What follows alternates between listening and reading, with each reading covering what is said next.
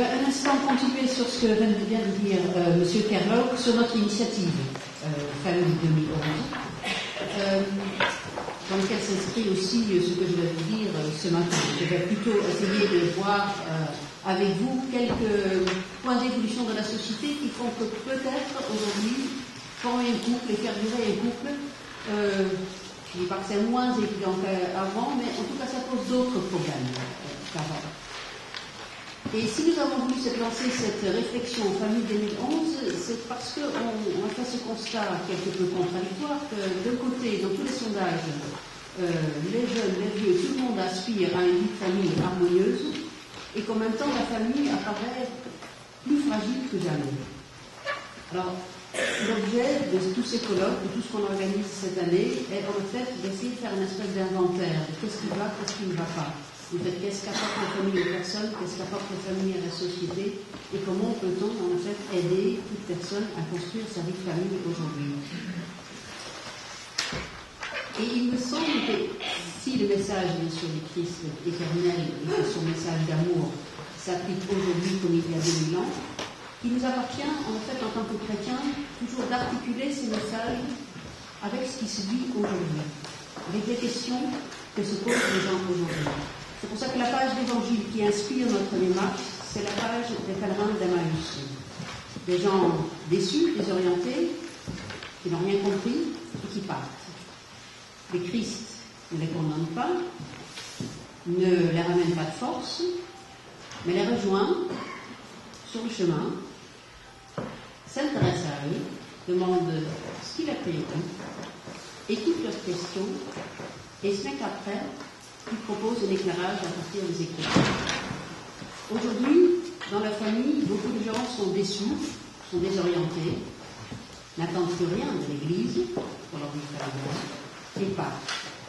Certains partent sur la pointe des pieds, d'autres avec fracas, d'autres s'auto-excluent tout simplement en pensant que parce que leur vie familiale ne s'inscrit pas dans ce qu'ils pensent être l'idéal de l'Église, ils n'ont plus leur place dans l'Église. Donc le défi pour l'Église est assez énorme. C'est quand même de faire comprendre à tous que, quelle que soit la situation dans laquelle on se trouve, on peut construire, à l'aide de l'Évangile, à l'aide du message de Christ, quelque chose de beau dans sa vie familiale, même si on a connu des échecs, même s'il y a eu des difficultés. Donc c'est un énorme chantier et il faut encourager chacun à trouver dans l'Évangile ce chemin pour progresser. Ceci étant, aujourd'hui, il y a quand même quelques changements dans la société qui font que les questions se posent autrement. Je vais en prendre quatre. Assumer son choix. Vous allez me dire qu'il a toujours fallu assumer son choix dans le mariage. Sauf qu'avant, le problème du choix, c'était une question de fidélité à l'autre. Aujourd'hui, la question est devenue celle de la fidélité à soi. Pourquoi? Avant, vous choisissez un conjoint. Il fallait choisir entre Pierre, Paul ou Jean. C'est pas parce que vous aviez choisi Pierre que Paul ou Jean avaient moins de charme. Donc le problème de la fidélité s'est toujours posé. Mais le mariage en tant que tel était un choix, je dirais, que tout le monde faisait. Et ça correspondait à une trame sociale bien définie. Le rôle de l'homme et de la femme, tout ça a été à peu près prévu.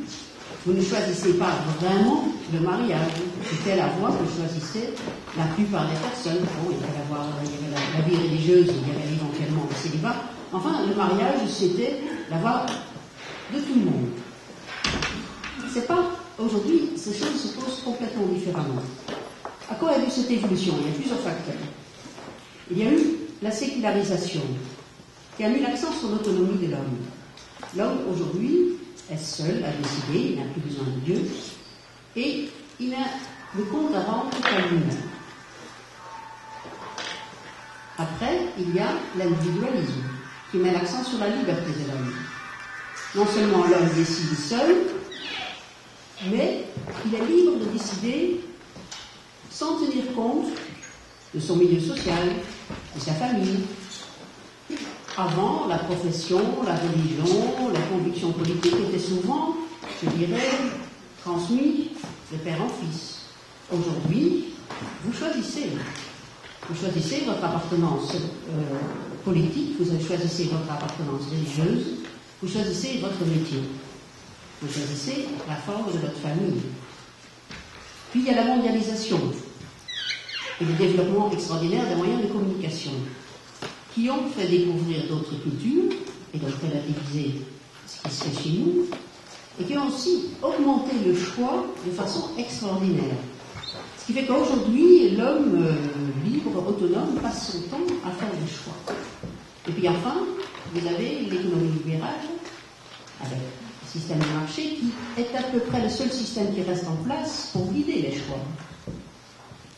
Et que donc, il y a un genre d'influence de l'économie libérale sur tous les domaines de la vie où, comme on a tout le temps des choix à faire, c'est finalement le rapport qualité-prix ou qu'est-ce que j'ai pour les efforts que ça me coûte qui va dominer un certain nombre de choix.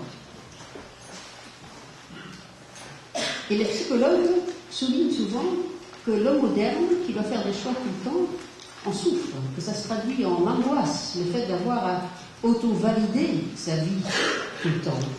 Mais donc l'identité, qui auparavant était plutôt reçue, du fait qu'on, si on naissait dans une famille ouvrière en banlieue parisienne, on avait une certaine identité, et si on naissait dans un milieu bourgeois à Bordeaux, on avait une autre identité. Aujourd'hui, toute cette identité est devenue objet de choix. Et bien sûr, ça a aussi une incidence sur la famille. Parce qu'aujourd'hui, vous pouvez choisir de vivre seul ou avec quelqu'un de l'autre sexe, avec quelqu'un du même sexe, de façon provisoire, de façon durable, en concubinage, en optant pour une formule juridique, le pacte, le mariage civil, peut-être aussi le mariage religieux. Tous ces choix existent. Je suis libre de choisir, et donc ce que je choisis va construire mon identité. Vous comprenez que ça augmente la fragilité. C'est une identité qui est tout le temps choisie.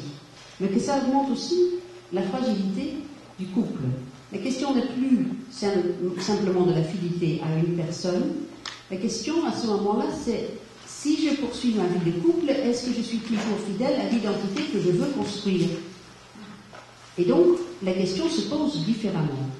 Il y a, pour le dire autrement, une individualisation, des trajectoires qui pousse chacun à sauvegarder d'abord sa propre identité avant de se préoccuper de l'autre.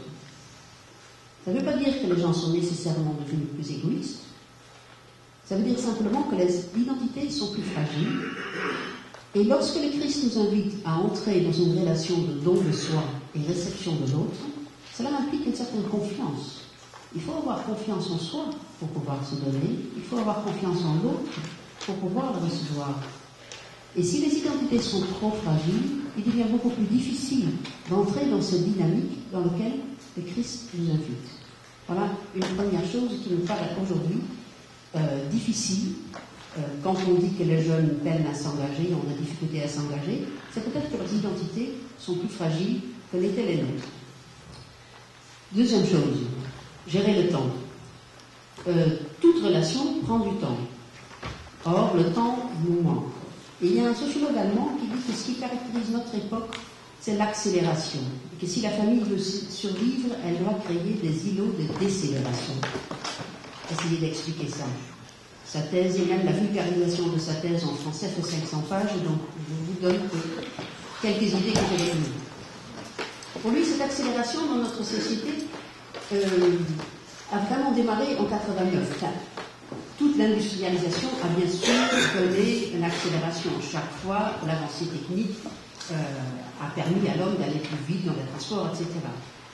Il situe ça en 89 parce qu'il y a eu une conjonction de trois révolutions. Politique avec l'effondrement du système soviétique, numérique avec le développement d'Internet, économique avec les moyens de production qui ont changé. Et c'est la conjugaison des trois, parce que c'est l'effondrement du système politique qui a permis des interconnexions économiques et technologiques qui ont changé en fait les modes de production. Production, ce que les Anglais appellent just in time, je ne sais même pas si on a pris la peine, on n'a pas eu le temps probablement de trouver une bonne production française pour cela, ça sera juste en temps voulu, quelque chose comme ça. Alors, vous allez me dire, tout ça est bien loin de la vie du couple. Il n'empêche que cette accélération dans la société bouleverse notre appréhension du temps et de l'espace. On a souvent cette impression que tout va plus vite, qu'on n'a plus de temps. Alors qu'en même temps, on gagne du temps parce qu'on a un tas de machines qui font des choses pour nous et que le micro-ondes nous permet de gagner du temps sur la préparation des repas. Mais on était habitué à ce que les événements sociaux avaient un certain rythme et que notre vie, il y avait des séquences chronologiques pour certaines activités. Et c'est ça que nous perdons.